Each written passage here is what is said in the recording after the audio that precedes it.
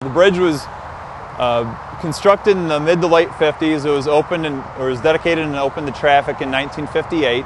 The westbound, the historic westbound bridge was a vital link between St. Louis and St. Charles. All traffic was on that bridge going eastbound and westbound before we opened the eastbound bridge in the late 70s. This bridge is approximately 52 years old.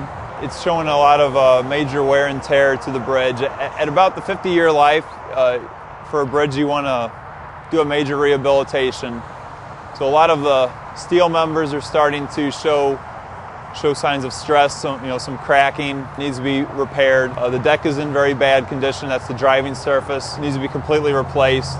Our plan is to completely replace the driving surface. So we're going to replace the entire deck. We will go in, and also the barrier walls on the side of the bridge will get replaced at the same time as well. Many of the steel members underneath the bridge are either need to be replaced or repaired. Some of the members will completely remove and replace. Others will patch, will strengthen the steel. Any existing steel that's left in place we'll strip all the old paint off and put a new coat of paint on everything.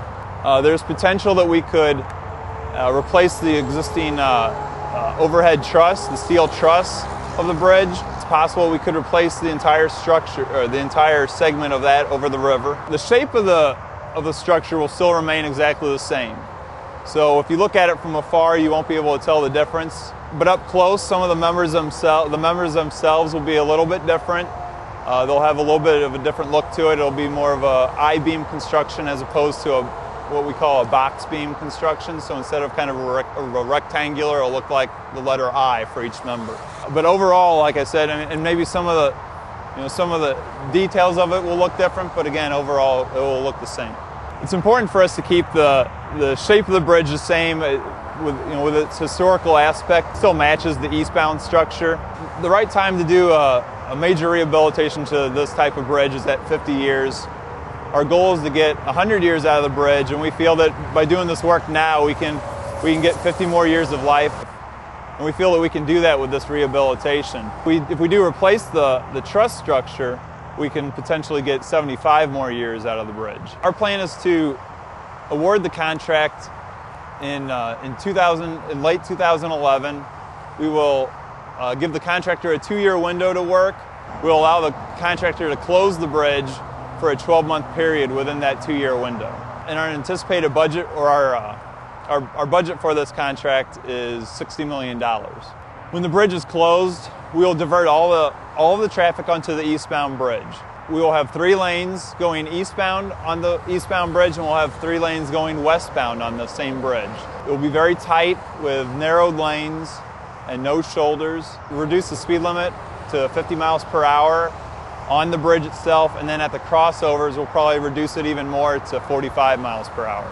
If you're traveling westbound on I-70, after you cross the Earth City Bridge, you'll cross over to the eastbound side.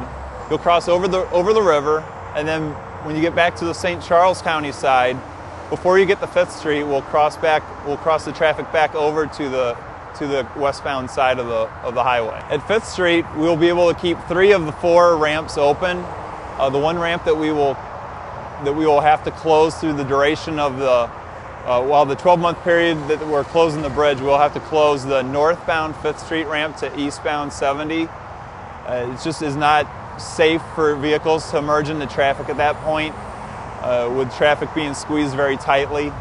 Going both directions. Both sides of the river, we've had a lot of discussion already with many businesses. Some of them have been very concerned about how this will impact people going to their location, and there may be some backups at rush hour, but overall we feel that traffic will flow well.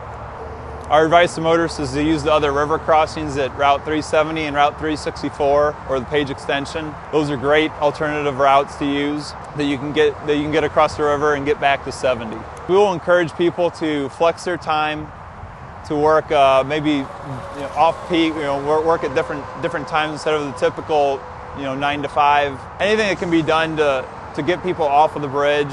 We will encourage carpooling. We're also working with St. Louis County and St. Charles County on on different projects to help traffic flow better. And to get more information on this project, you can go to our website, www.modot.org, where you can find a lot of information and get project updates for the Blanchette Bridge rehab as more plans and details become available.